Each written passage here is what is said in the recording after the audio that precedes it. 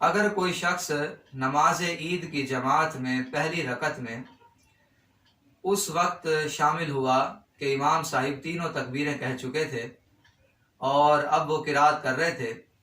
تو اسے چاہیے کہ وہ تکبیر تحریمہ کہنے کے بعد تینوں تکبیریں کہے، اگرچہ امام صاحب قرات کر رہے ہوں، یعنی پہلی دونوں تکبیروں کے بعد ہاتھ چھوڑ دے اور پھر تیسری تکبیر کے بعد ہاتھ باندھ لے اور اب امام صاحب کی قرات کو بغور سنے۔ اور اگر اس نے ابھی تکبیریں نہ کہیں تھیں کہ امام صاحب رکوع میں چلے گئے، تو اگر اسے غالب گمان ہو کہ وہ کھڑے کھڑے تکبیریں کہہ کر امام صاحب کے ساتھ رکوع میں شامل ہو جائے گا، تو اسے چاہیے کہ وہ کھڑے کھڑے تکبیریں کہے اور پھر امام صاحب کے ساتھ رکوع میں شامل ہو۔ لیکن اگر اسے یہ گمان ہو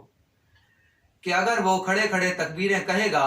تو اتنی دیر میں امام صاحب رکوع سے کھڑے ہو جائیں گے اور وہ امام صاحب کے ساتھ رکوع میں شامل نہیں ہو سکے گا، تو اب اسے چاہیے کہ وہ کھڑے کھڑے تکبیریں نہ کہے بلکہ رکوع میں چلا جائے اور اب رکوع میں تکبیریں کہے، یعنی رکوع میں جانے کے بعد بغیر ہاتھ اٹھائے کہے اللہ اکبر اللہ اکبر اللہ اکبر۔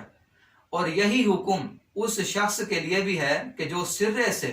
نماز عید کی جماعت میں اس وقت شامل ہوا کہ جب امام صاحب رکوع میں تھے۔ اب ایک صورت اور بھی ہے، اور وہ یہ ہے کہ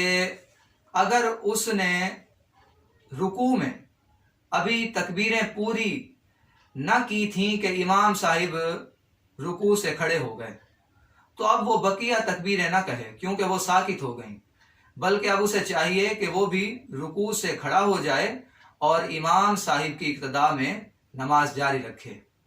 اور یہ بھی یاد رکھیے گا کہ اگر کوئی امام صاحب کے رکوع سے اٹھنے کے بعد جماعت میں شامل ہوا تو اب وہ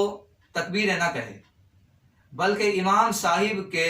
سلام پھیرنے کے بعد جب اپنی بقیہ نماز پڑھے تو اس وقت تکبیریں کہے۔ اسی طرح اگر کوئی شخص دوسری رکعت میں شامل ہوا اور اس نے امام صاحب کے ساتھ دوسری رکعت کی تکبیریں پا لیں تو ٹھیک، اور اگر نہ پا سکا تو پھر طریقہ کار وہی ہے جو ہم نے پہلی رکعت کے حوالے سے عرض کیا ہے۔